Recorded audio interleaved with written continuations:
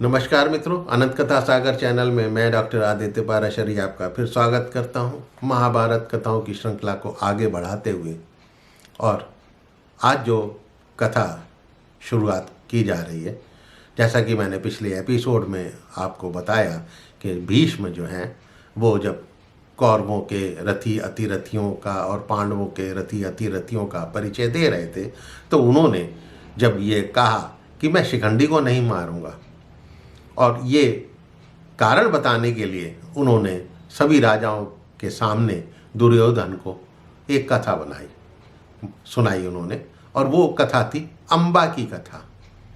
अम्बा थी कौन और अम्बा और भीष्म का आपस में संबंध क्या था, शिखंडी का उससे संबंध क्या है।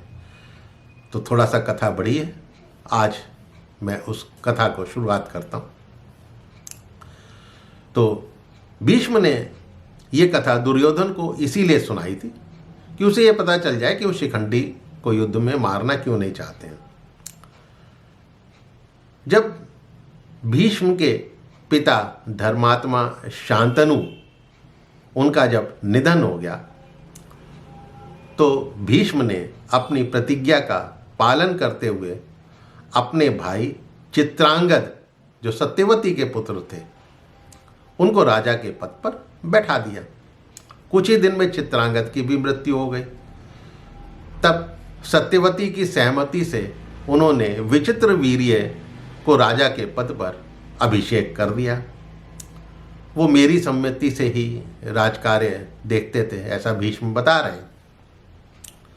भीष्म से वो छोटे थे। तब भीष्म ने निश्चय किया कि भाई अपने योग्य कुल से यदि विचित्र वीर्य की को जो है एक कन्या लाकर दी जाए, उसका विवाह जो है एक योग्य कुल की कन्या से किया जाए तो ज़्यादा अच्छा होगा। तो एक दिन भीष्म को ये पता लगा कि काशीराज की 3 कन्याएं हैं, जो सबकी सब अप्रतिम सौंदर्य से पूर्ण हैं, और वो स्वयं स्वयंवर सभा में स्वयं ही पति का चुनाव करने वाली हैं।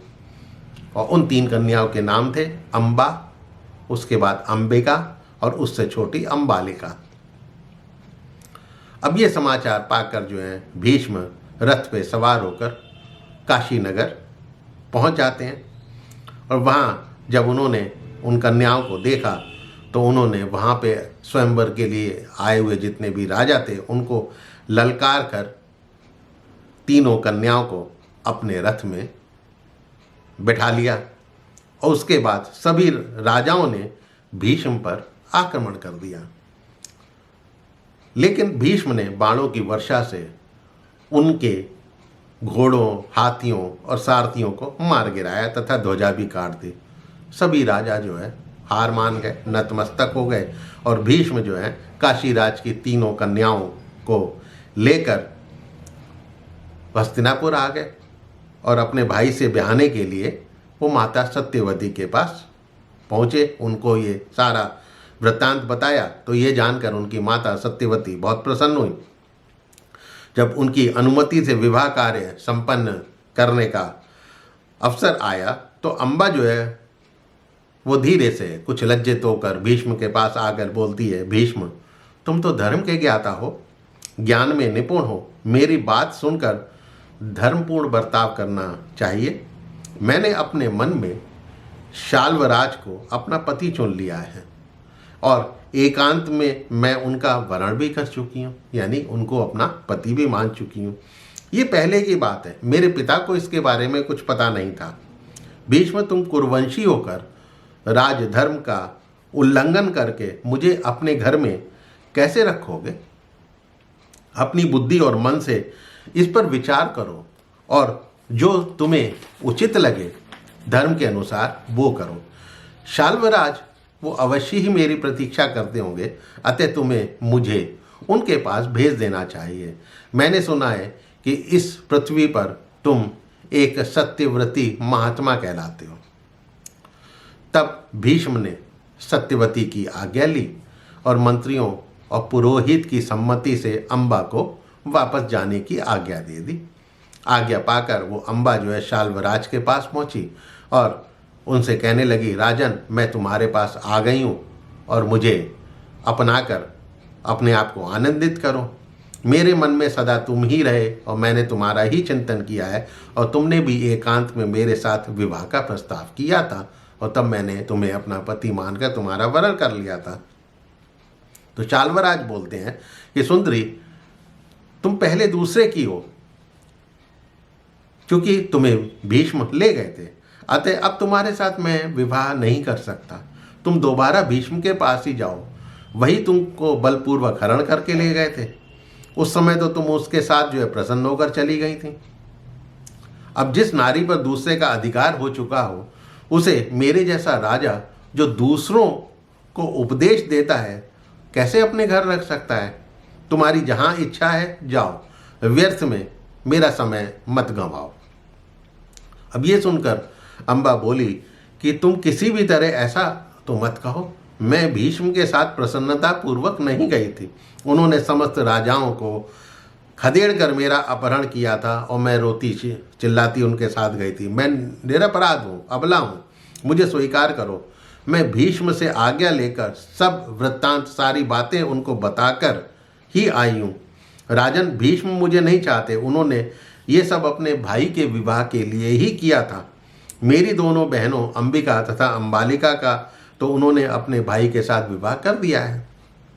मैं कसम खाकर कहती हूँ कि मेरे मन में तुम्हारे सिवा जो है और कोई भी नहीं था और मुझ पर किसी का अधिकार नहीं रहा है। मैं अपनी इच्छा से ही तुम्हारी सेवा में उपस्थित हुई हूँ और आज से पहले मैंने किसी दूसरे को अपना पति नहीं समझा। मुझ कुमारी कन्या को धर्मपत्नी के रूप में स्वीकार करो। अम्बा ने बहुत अनुनय विनय की, लेकिन शाल्वराज ने अपना निर्णय नहीं बदला। अब अम्बा रोती हुई बोली, अब मैं तुमसे परित्यक्त होकर कहाँ जाऊँ? तो शाल बोला, मैं भीष्म से डरता हूँ, तुम भीष्म के द्वारा ग्रहण की गई हो। अब यहाँ पे ये समझना थोड़ा सा मुश्किल है कि वो दूसरे के अधिकार होने के कारण मना कर रहे थे, इधर ये कह रहे हैं कि मैं भीष्म से डरता हूँ इसलिए मैं तुम्हें ग्रहण नहीं कर सकता।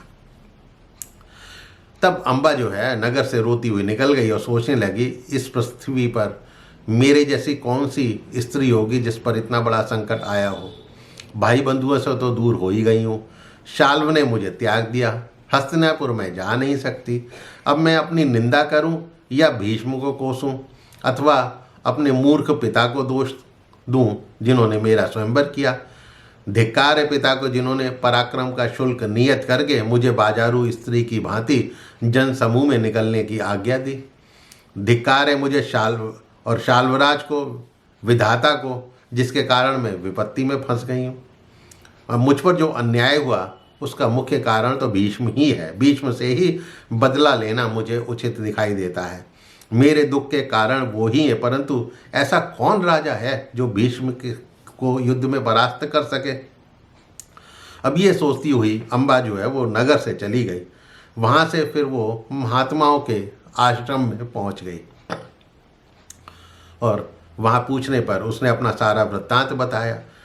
तो वहाँ एक महात्मा शैखावत्य थे जो श्रेष्ठ महात्मा थे। बोले, इस आश्रम में रहने वाले महात्मा तुम्हारा भला किस प्रकार कर सकते हैं, मुझे बताओ।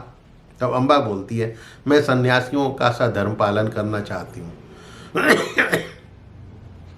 मैं तपस्या करूँगी, अपने स्वजनों के पास मैं लौट नहीं सकती। मैं चाहती हूँ कि मुझे आप तपस्या का उपदेश देकर मेरा मार्ग निर्देशन करें। तब शेखावत महात्मा ने उस कन्या को आश्वासन दिया और ब्राह्मणों के साथ मिलकर उसका कार्य सिद्ध करने की जो है वो प्रतिज्ञा की।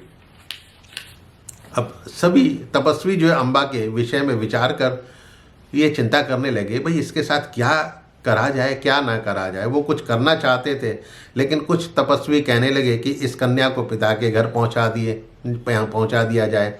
कुछ ने कहा कि नहीं, भीष्म को उलाहना देना चाहिए, उनके पास जाना चाहिए। कुछ कहने लगे भाई शाल्वराज के पास चलकर उनको बाध्य किया जाए कि वो इसे स्वीकार कर लें। तो कुछ बोले ऐसा होना संभव नहीं है। फिर वो अम्बा से बोलते हैं, घर त्याग कर सन्यासी बनना उचित नहीं है। यदि हमारी मानो तो तुम अपने पिता काशीराज के पास चली जाओ।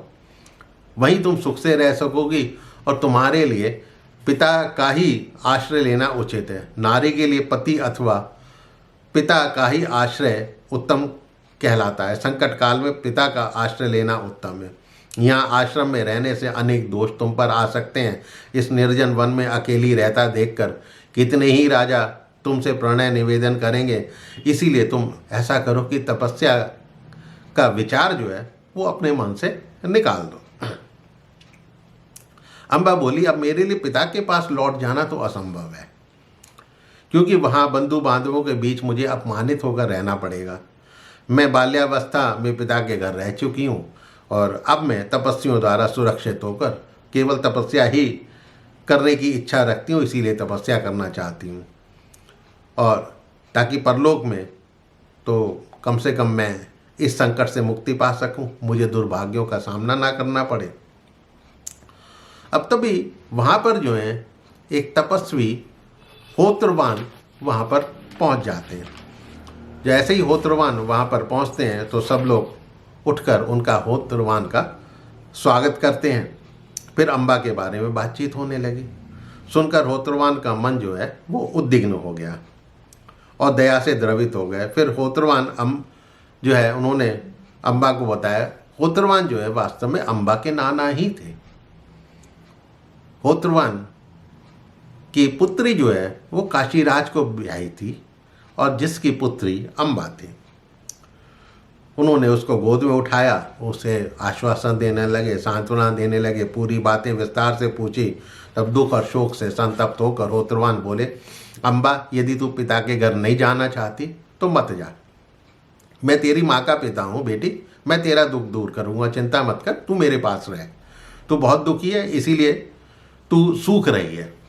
तू मेरे कहने से परशुराम जी के पास जा, वो तेरे लिए अवश्य कुछ उपाय करेंगे। यदि भीष्म उनकी बात नहीं मानेंगे तो वो युद्ध में उन्हें मार डालेंगे, वो तुझे न्यायोचित मार्ग पर डालेंगे। तो ये सुनकर अम्बा ने अपने नाना को सिर झुकाकर प्रणाम किया। बोली, मैं आपकी आज्ञा से अवश्य वहाँ जाऊँगी, परंतु मैं आज उनका दर्शन कैसे कर सकूँगी? मेरे दुख का नाश कैसे करेंगे? मैं ये जानना चाहती हूँ कि जिससे वहाँ जा सकूँ, कहाँ मिलेंगे, कैसे मैं जाऊँगी, कुछ तो बताइए। तब होत्रवान कहते हैं कि परशुराम जी महेंद्र पर्वत पर रहते हैं, वहाँ तपस्या कर रहे हैं। वहाँ वेदों को जानने वाले महर्षि, गंधर्व तथा अप्सराओं का भी निवास है। तू वहाँ पर जा और उनका प्रणाम कर। पहले उनसे मेरी बात कहना कि मैंने तुझे भेजा है, और फिर अपना कार्य बताना, तेरा कार्य अवश्य करेंगे। तो जब अम्बा और होत्रवान बातें ही कर रहे थे, तभी वहाँ पर परशुराम के एक सेवक अकृतव्रण वहाँ पे प्रकट हो गए। उन्हें देखकर सभी मुनि और राजर्षि, होत्रवान ने भी उनका अभिवादन किया। तब होत्रवान ने अकृतव्रण से पूछा कि भाई परशुराम जी का दर्शन कहाँ हो सकता है? तब अकृतव्रण बोले, परशुराम जी तो सदा आप ही की चर्चा करते रहते हैं कि होत्रवान मेरे सखा हैं और वो तो आपसे ही मिलने के लिए यहीं आ रहे हैं। कल सवेरे तक यहाँ पर पहुँच जाएंगे, आप यहीं उनके दर्शन करें। राजर्षि, मैं ये जानना चाहता हूँ भाई ये कन्या किसकी है और वन में क्यों आई है? आपकी ये कौन लगती है? तो होत्रवान कहते हैं कि प्रभु, ये मेरी नातिन है, ये काशीराज की ज्येष्ठ पुत्री अम्बा है। काशीपुर में एक स्वयंवर हुआ था, तो वहाँ राजा भीष्म ने इसे तथा इसकी दोनों बहनों का अपहरण कर लिया था, और इसकी बहनों का नाम अंबिका तथा अंबालिका है। भीष्म का हृदय इन कन्याओं के प्रति शुद्ध था। उन्होंने अपनी माता सत्यवती को सौंप दिया तथा अपने छोटे भाई विचित्रवीर्य से विवाह की आज्ञा दे दी। वहाँ पे इसने भीष्म को कहा कि मैंने शाल्वराज को अपना पति मान चुकी हूँ, अतः आपके भाई से मैं विवाह नहीं कर सकती। ये सुनकर भीष्म ने सत्यवती की सहमति से इस कन्या को आदरपूर्वक छोड़ दिया। अब मन ही मन अत्यंत प्रसन्न होकर ये शाल्वराज के पास फिर गई और पत्नी रूप में स्वीकार करने का निवेदन किया, लेकिन उन्होंने मना कर दिया। अब ये विरक्त होकर तपस्या करने की इच्छा से ये तपोवन में चले आई है। अपने कुल का जब इसने परिचय दिया तब मैं इसे पहचान पाया। अपने दुखों का कारण ये भीष्म को ही मानती है। तब अम्बा बोली, महामुनि, जैसे मेरी माता के पिता होत्रवान ने कहा है, ठीक यही परिस्थिति है। लज्जा और अपमान के कारण मैं काशीराज नहीं जा सकती, नगर में जाने के लिए मेरे अंदर कोई उत्साह नहीं है। तब अकृतवर्ण अम्बा से बोलते कि तुम्हें दुख देने वाले दो कारण हैं, एक तो भीष्म है और एक शाल्वराज है। अब तुम दोनों में से किससे बदला लेना चाहती हो, उस पर अवश्य ही आज विचार कर लो। परशुराम जी जैसा तुम चाहोगी वैसा ही करेंगे। तब अम्बा बोलती है, भीष्म बिना जाने बुझे मुझे हर लाए थे। उन्हें इस बात का पता नहीं था कि मेरा मन जो है शाल्व में अनुरक्त है। अब इस बात पर विचार कर आप ही निश्चय करें, जो न्याय संगत हो वही कार्य करें, भीष्म के साथ अथवा शाल्वराज के साथ अथवा दोनों के साथ, जो भी उचित बर्ताव हो वो किया जाए। तब अकृतवर्ण बोलते हैं कि तुम जो ये धर्मानुकूल बात कर रही हो ये तुम्हारे लिए उचित है। अम्बा अब तो मेरी बात सुनो, यदि भीष्म तुम्हें हस्तिनापुर ना लाते तो शाल्व परशुराम जी के कहने पर तुम्हें आदर पूर्वक स्वीकार कर लेता, लेकिन भीष्म तुम्हें जीत कर अपने साथ ले गए, इसी से शाल्व के मन में तुम्हारे प्रति संशय हो गया। भीष्म को अपने पुरुषार्थ का अभिमान है और वो इस समय अपनी विजय से प्रसन्न हो रहे हैं, अतः भीष्म से ही बदला लेना तुम्हारे लिए उचित होगा। तो मित्रों, अम्बा की कथा को यहीं पे विश्राम देता हूँ और इस कथा को अगले एपिसोड में आगे बढ़ाऊँगा। तब तक के लिए मुझे इजाज़त दीजिए। हाँ, मेरे चैनल को सब्सक्राइब करना मत भूलिएगा और अपने इष्ट मित्रों से शेयर अवश्य कीजिएगा।